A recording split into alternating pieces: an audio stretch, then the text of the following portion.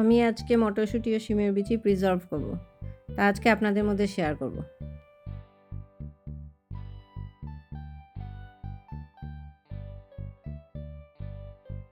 এখন আমি কড়াইতে পানি দিয়ে দেব। তার মধ্যে দিব হাফ চা চামচ লবণ ও 1 চা চামচ চিনি। চিনি দেওয়ার ফলে মটরশুঁটির যে কালারটা আছে ঠিক সেভাবেই থাকবে। পানিটা বলক চলে এসেছে, এর মধ্যে আমি মটরশুঁটিটা দিয়ে দেব। 2 মিনিটের মতো আমি এটাকে জাল করব।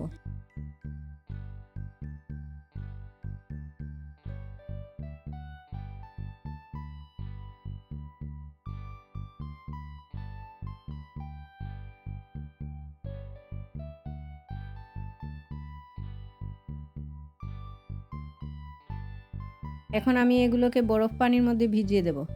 তাহলে একদম মটরশুঁটির ভেতর পর্যন্ত ঠান্ডা হয়ে যাবে এবং কালারটা আর চেঞ্জ হবে না। যে কালারটা ছিল সেই কালারই থাকবে।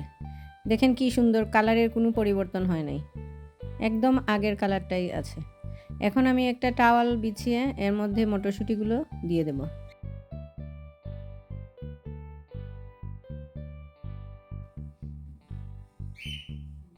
এখন টাওয়াল দিয়ে চেপে চেপে আমি পানিগুলো শুকিয়ে নেব। ভালো করে যখন পানি শুকিয়ে যাবে তখন আমি পলির ভেতর ঢুকিয়ে এটাকে ডিপ ফ্রিজে সংরক্ষণ করব। যখন প্রয়োজন হবে তখন যে কোনো কিছুতে ডিপ ফ্রিজ থেকে বের করে ব্যবহার করতে পারবেন। এখন আমি এগুলো পলি করব। পলি ব্যাগের মধ্যে ঢুকিয়ে সব প্যাকেটগুলো আরেকটা বড় পলি ব্যাগের মধ্যে রেখে দেব। তাতে বরফটাও গিয়ে এর গায়ে লাগবে না এবং মটরশুঁটিগুলো অনেক দিন ভালো থাকবে।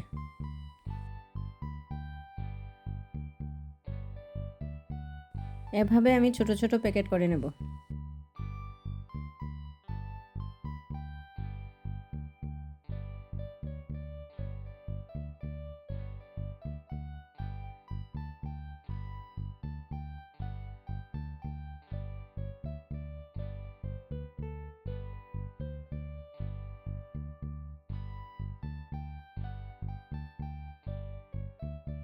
এগুলোকে এখন আমি একটা বড় প্যাকেটের ভেতর ঢুকিয়ে রাখব এবং ডিপ ফ্রিজে সংরক্ষণ করব।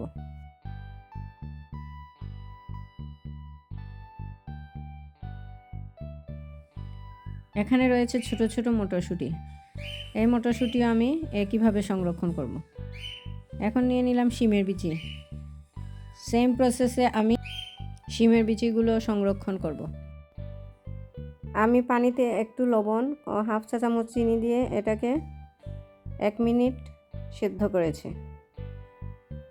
সেদ্ধ করার পর বরফ পানিতে এটাকে কতক্ষণ ভিজিয়ে রেখেছি। এতে শিমের বিচিগুলো একদম ভেতর পর্যন্ত ঠান্ডা হয়ে গেছে।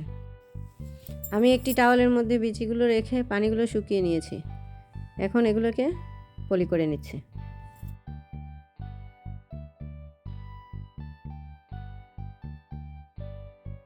আজকের ভিডিওটি যদি ভালো লেগে থাকে তাহলে একটা লাইক ও সাবস্ক্রাইব করতে ভুলবেন না প্লিজ। আর এতক্ষণ যারা আমার সাথে ছিলেন তাদেরকে অসংখ্য ধন্যবাদ। পরবর্তী রেসিপিটি দেখার জন্য একটা লাইক ও সাবস্ক্রাইব করে আমার সাথে থাকবেন।